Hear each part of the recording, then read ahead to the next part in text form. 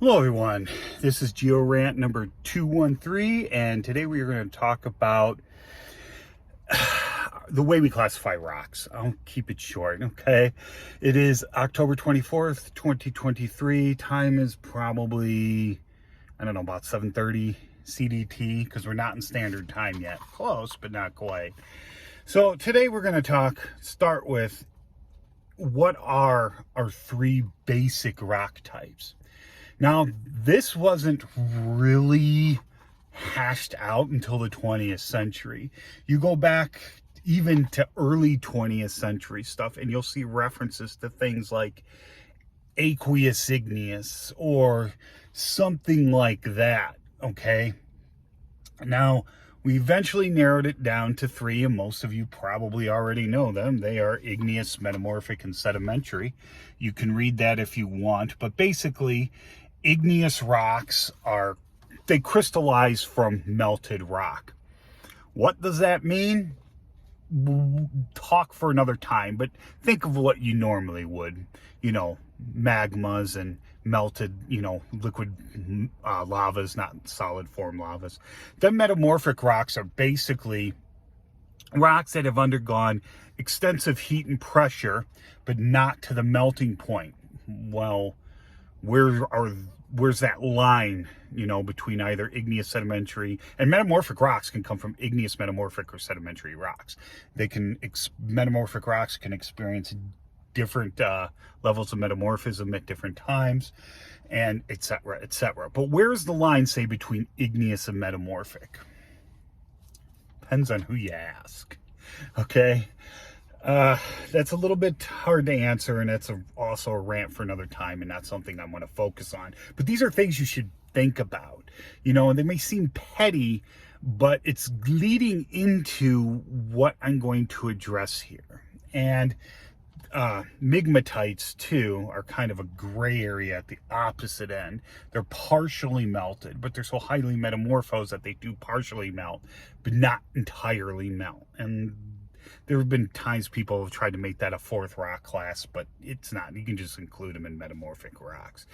Then the last is sedimentary. Now this one, most people are familiar with that. Those are rocks deposited directly by the weathering, chemical or physical, of pre-existing rocks. They can be igneous, metamorphic, or other sedimentary rocks that are transported, or they precipitate chemically, say from seawater, or they are biomasses, coal, for example, and even fossiliferous like reef rocks of carbonates, things like that. But, those are a little easier to pick out. But, you also started, what is a rock? Now, as geologists, and when we classify formations and do lithostratigraphy, we don't care how indurated a rock is. So whether a rock is sediment or sedimentary isn't relevant to us. We would treat it the same way. We give formal names to glacial stuff, just like we would to hard metamorphic rock in mountain ranges. Now, what's the point of this? All right, we're past 3:30, and I don't want this one to be too long.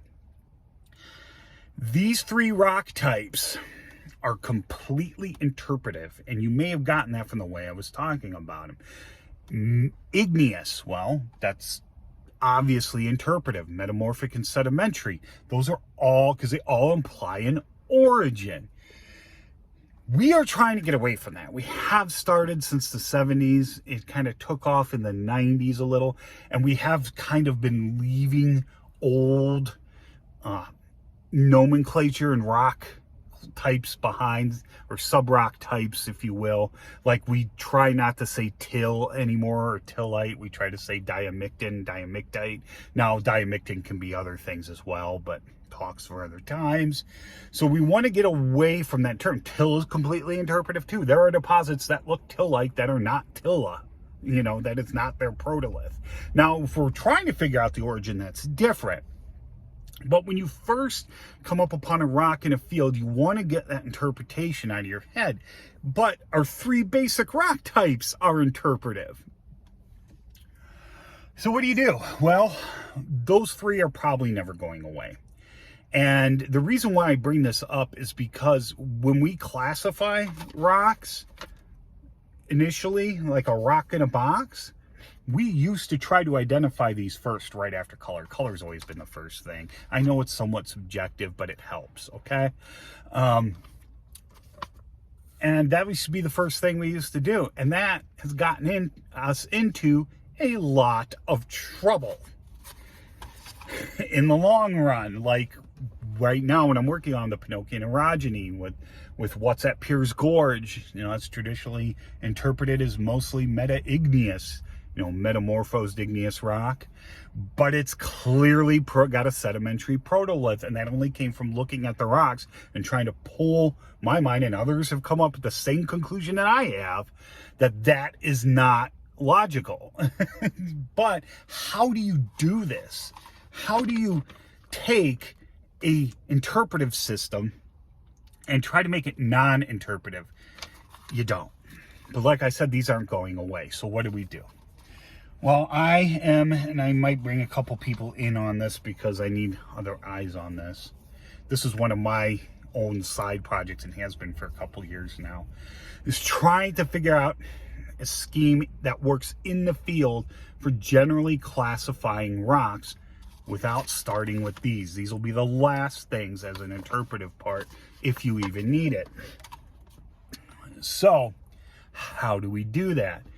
Well, instead of starting out with, is it igneous, metamorphic, or sedimentary? Because there's gray areas too. I mean, what about hydrothermal deposits? They don't really, I mean, are they this? Are they this? They're definitely not this.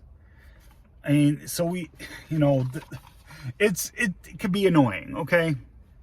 So, I am starting to use a classification system that starts with granular. The first thing you'll look at after color is always first. Is it granular? Is it crystalline? Is it, what do you want to call it? Oh crap, I forgot right now. Not microcrystalline or micro, but is it, I don't know, undefinable, you know, fine-grained, or fine crystalline, or is it amorphous, meaning it has no readily internal structure or orientation or anything like that? So those would be the 4 things you look at. You try to look at when you first look at it, and from there you'll try to work it out on the flow chart. And I do have crystalline, granular done.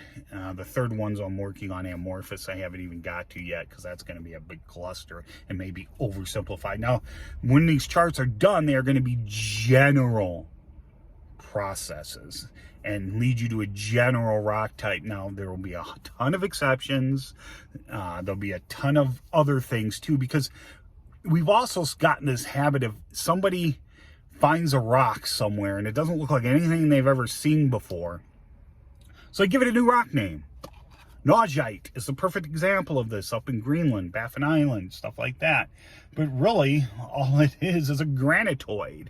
It's with foids, so it'll be, or without foids, but it'll be something like, you know, it'll be like a, what do they call it?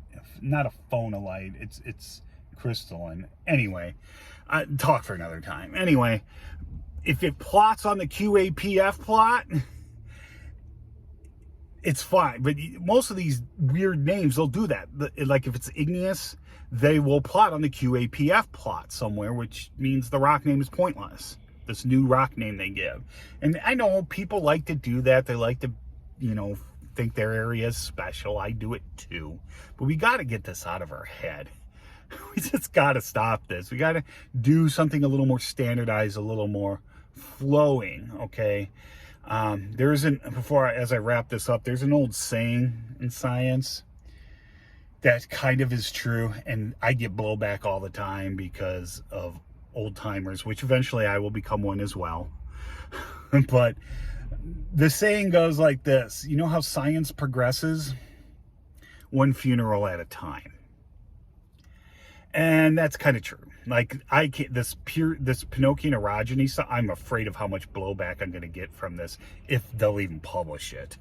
Anyway, that's it. If you have any questions or comments, please leave them below. I hope you learned something.